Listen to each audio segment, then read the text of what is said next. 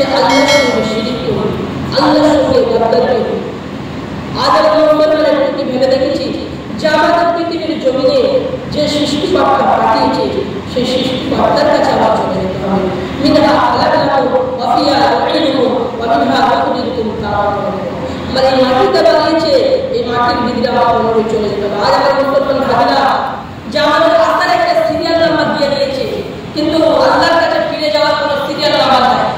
আসার সময় serial number দিয়ে দিয়েছে যে বড় ভাই, মেজো ভাই, সেজো ভাই, কিন্তু যাওয়ার সময় বড় আগে এসছে কিন্তু বড় থেকে যাবে। আল্লাহ পাক যেমন ডাক দেবে মেজো চলে যাবে, বড় আগে এসছে আল্লাহ ডাক দিলে মেজো চলে যাবে, বড় থেকে যাবে। আল্লাহ পাক যাকে যেই টাইমে মৃত্যু লেখা আছে সেই টাইমে তাকে মৃত্যু হবে। যা একজনকে যদি বা আল্লাহ পাক লিখে রাখে যে একটা সময় মৃত্যু, আজরাইল আলাইহিস সালাম একটা সময় জান্নাত করবে, ওই একটা 12টা 19টা জান্নাত করবে আর একটা জান্নাত করবে, অন্য একটাই জান্নাত করবে।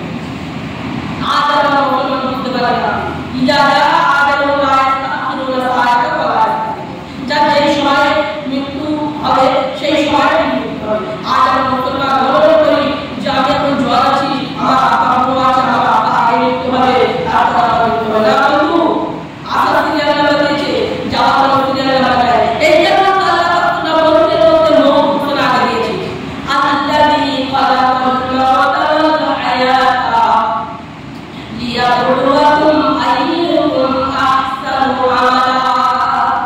আল্লাহ রাব্বুল আলামিন তখন মৌত ঘোষণা দিয়েছে, এর অর্থ আমাদের বুঝতে হবে মৌতের কথা বেশি বেশি ভাবতে হবে। আচ্ছা, আল্লাহর নবী সাহাবী হযরত উসমান গনি রাদিয়াল্লাহু তাআলা তিনি জান্নাতে না যাবেন? বলুন, হ্যাঁ জান্নাতে। আল্লাহ পাক তো 10 জনকে জান্নাতে সার্টিফিকেট দিয়েছে, তার মধ্যে উসমান গনিও আছে।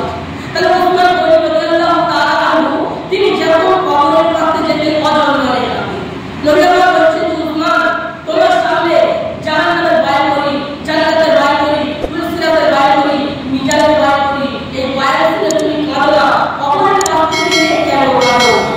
উসমান গনি রাদিয়াল্লাহু তাআলা আনহু বলেছিলেন, ইয়া হাবিবাল্লাহ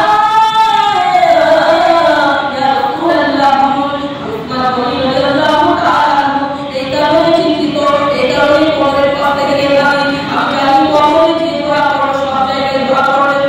আচ্ছা, কবর করতে কবরে সব জায়গায় দোয়া করবে, আচ্ছা কবরে ছাড়া সব জায়গায় ছাড়া। আর আমরা মুসলমান সে আল্লাহ নবী সাহাবী জান্নাতে ঘোষণা হয় তারপরে হচ্ছে।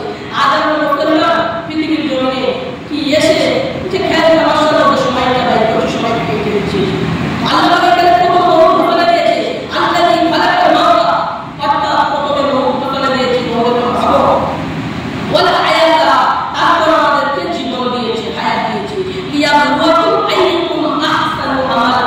কোনটা আল্লাহর কাছে ফিরে যেতে হবে, আল্লাহর কাছে ফিরে যাওয়ার পরে তিনি গঠন দেখবে না, চেহারা দেখবে না, রূপ দেখবে না, কালো কি ফর্সা, লম্বা কি বেটে, নারী কি পুরুষ, কিচ্ছু দেখবে না। কি দেখবে?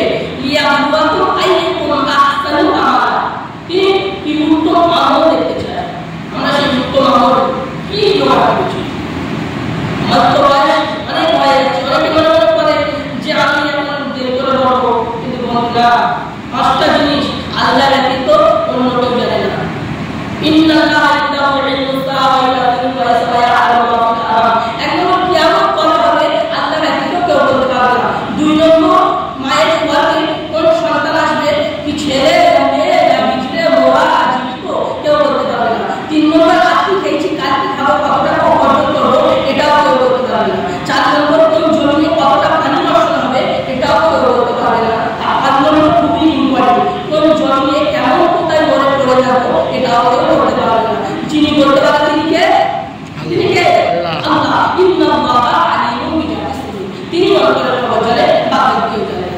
আজ আমরা মুসলমান কোন জায়গায় পড়ে আছি? আমরা যারা মাইকের আওয়াজে কানে যাচ্ছে, মনের সমাজ শুনছে, একটা মেয়ে জান্নাত পেতে গেলে 4টে কাজ করতে হবে। একটা মেয়ে জান্নাত পেতে গেলে 4টে কাজ করতে হবে। 1 নম্বর কি? 5 ওয়াক্ত নামাজ, 2 নম্বর রমজান মাসে রোজা, 3 নম্বর